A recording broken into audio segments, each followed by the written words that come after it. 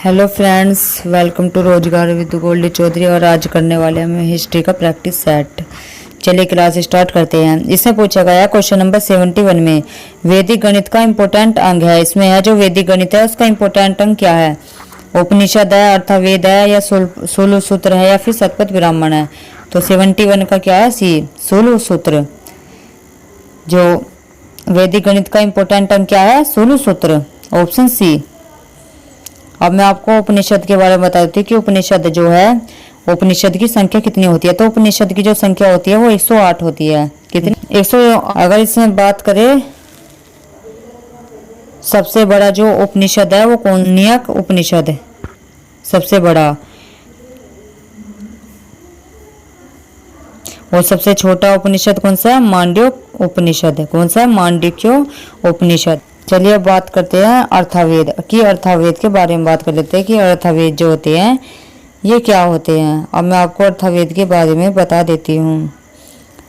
जो अर्थवेद है ये सबसे नया वेद होता है। जो अर्थवेद है कैसा, सबसे नया। जो जादू टोना जो ये होते हैं ये सब किसमें होते हैं, अर्थवेद में। और इसमें जो है कन्या के जन्म पर निंदा की गई है। पढ़ने वाले को ब्रह्मा बोला जाता है अर्थवेद में। और जो इसका जो उपवेद है वो क्या है, शिल्पवेद। और संकलनकर्ता कौन है इसके, अर्थवेद के, विश्वामित्र। कौन है, विश्वामित्र। क्वेश्चन नंबर नेक्स्ट, किस वेद में प्राचीन वैदिक युग की संस्कृति के बारे में सूचना दी गई है। इसमें पूछा गया वो कौन सा वेद है जिसमें प्राचीन वैदिक युग की संस्कृति के बारे में सूचना दी गई है। ऋग्वेद, सामवेद, अर्थवेद, या इनमें से कोई नहीं। तो 72 का आंसर क्या है, ए, ऋग्वेद में। तो ऋग्वेद में जो थी वैदिक युग की संस्कृति के बारे में सूचना दी गई है। अब मैं आपको इन तीनों वेदों के बारे में बता देती हूँ कि जो तीनों वेद है इनके बारे में कुछ इंपॉर्टेंट पॉइंट बता देती हूँ। अगर इसमें बात करें ऋग्वेद, तो ऋग्वेद के जो संकलन करता है वो कौन है, कृष्ण द्वैपायन वेदव्यास। कौन है, कृष्ण द्वैपायन वेदव्यास, द्वैपायन वेदव्यास। और इसमें मंडल कितने हैं, 10। और अष्टक कितने हैं, 8। और सूक्त कितने होते हैं ऋग्वेद में, 1028। और ऋचाई कितनी होती है, 10,562 मंत्र। और 1028 सूक्त जो है वो कैसे कैसे है, तो 1017 प्लस 11। तो ये 1017 में साखल आएगी और 11 में वाल किल्या। क्या आएगा, वाल खिल्या। और इसमें शब्द कितने हैं, इसके पढ़ने वाले को क्या कहा जाता है, होर्त या होता। जो ऋग्वेद को पढ़ने वाले को क्या कहा जाता है, होर्त या होता। तीसरा मंडल जो है, इसका जो तीसरा मंडल है ऋग्वेद में, तो वो किससे संबंधित है, गायत्री मंत्र से, सूर्य के लिए समर्पित है। ऋषि विश्वामित्र द्वारा लिखा गया था ये गायत्री मंत्र। और चौथे मंडल में क्या है, कृषि। चौथे मंडल में क्या है, कृषि। अगर ऋग्वेद में 7वें मंडल की बात करें तो किससे संबंधित है, दशराज के युद्ध के वर्णन से। और जो 7वां मंडल था ऋषि वशिष्ठ द्वारा लिखा गया था, जो 7वां मंडल था। और 8वां हस्तलिखित रचनाओं के बारे में वर्णन किया गया। 9वें में कौन थे, सोम देवता। ऋग्वेद में जो 9वां मंडल है उसमें वो किससे संबंधित है, सोम देवता से। और 10वें में जाति व्यवस्था के बारे में, जो जाति व्यवस्था होती है जिसे ब्राह्मण, क्षत्रिय या फिर वैश्य या शूद्र, इनके बारे में है। कौन सा मंडल है वो, जो जाति के बारे में बताता है, 10वां मंडल। और ऋग्वेद का उपवेद क्या है, आयुर्वेद। और ऋग्वेद की रचना कब हुई थी, पूर्व काल में।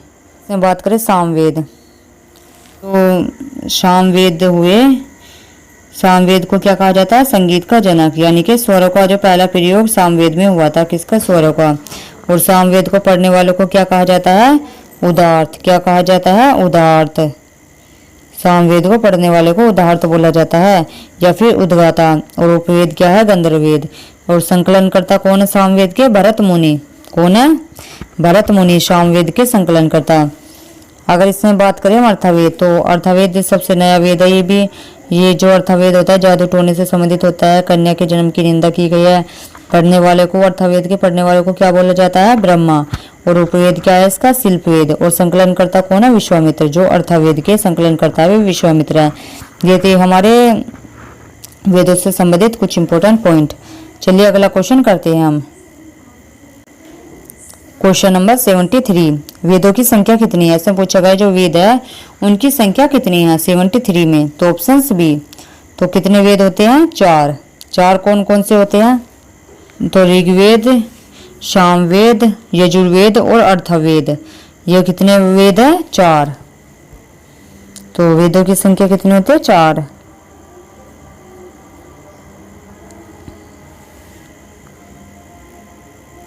क्वेश्चन नंबर नेक्स्ट, ऋग्वेदिक आर्यों का मुख्य व्यवसाय क्या था? जो ऋग्वेदिक आर्य थे उनका मुख्य व्यवसाय क्या था? शिक्षा, पशुपालन, कृषि या फिर व्यवसाय? तो 74 का क्या है? बी, पशुपालन। ऋग्वेदिक आर्यों का जो व्यवसाय था क्या था? पशुपालन। क्वेश्चन नंबर 75, भारतीय संगीत का आदि ग्रंथ किसे कहा जाता है? इससे पूछा है जो भारतीय संगीत का आदि ग्रंथ है वो किसे कहा जाता है? तो 75 का ए, सामवेद को। जो संगीत से संबंधित है वो कौन सा वेद है? वो है सामवेद। अब मैं सामवेद के बारे में बता, और इसमें बात करें हम अर्थवेद के बारे में। जो अर्थवेद है किससे संबंधित है? जादू टोने से। किससे संबंधित है? जादू टोने से संबंधित है अर्थवेद। और जो है अर्थवेद में जो ब्रह्म वेद है वो कैसा है? सबसे नया वेद है। और कन्या के अर्थवेद में कन्या के जन्म की निंदा की गई है। पढ़ने वाले को ब्रह्मा बोला जाता है। उपवेद क्या है? शिल्पवेद है। और संकलनकर्ता कौन है अर्थवेद के? ये है विश्वामित्र।